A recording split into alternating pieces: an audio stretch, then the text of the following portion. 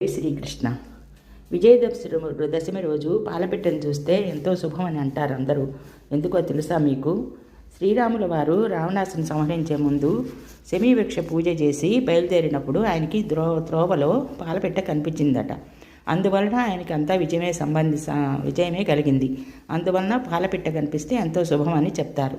అలాగే పాండవులు వనవాసం చేసిన తర్వాత తమ ఆయుధాలని శమీవృక్షం మీద నుంచి తీసుకొని వెళ్ళి యుద్ధంలో పాల్గొని విజయం సాధిస్తారు. అందువలన శమీవృక్షంని తాకినా పూజ చేసినా ఎంతో శుభం కలుగుతుంది. అలాగే పాలపిట్ట కనిపిస్తే కూడా ఎంతో శుభం కలుగుతుందని అందరూ చెబుతారు. దీనికి సంబంధించి ఒక శ్లోకం కలదు. శమయతే పాపం శమీశత్రు వినాశిని అర్జునస్య ధనుర్ధారి రామస్య ప్రియదర్శిని అనే ఈ శ్లోకం చదువుకొని మీ ఇంట్లో ఉండే వాళ్ళందరి పేర్లని ఒక పేపర్ మీద రాసి ఆ శమీవృక్షం మీద పెట్టేసి తర్వాత ఆ కాగితం తీసుకెళ్ళి మీ ఇంట్లో జాగ్రత్త పరుచుకోవాలి. సాయంత్రం శమీవృక్షం కింద అపరాజితాదేవి, జయాదేవి, విజయాదేవి అని 3 పసుపు ముద్దలు చేసి అందరూ పూజించుకుంటారు. అలా వీలు కాని వారు కూడా శమీవృక్షాన్ని పూజ చేసినా కూడా మీకు ఫలితం లభిస్తుంది.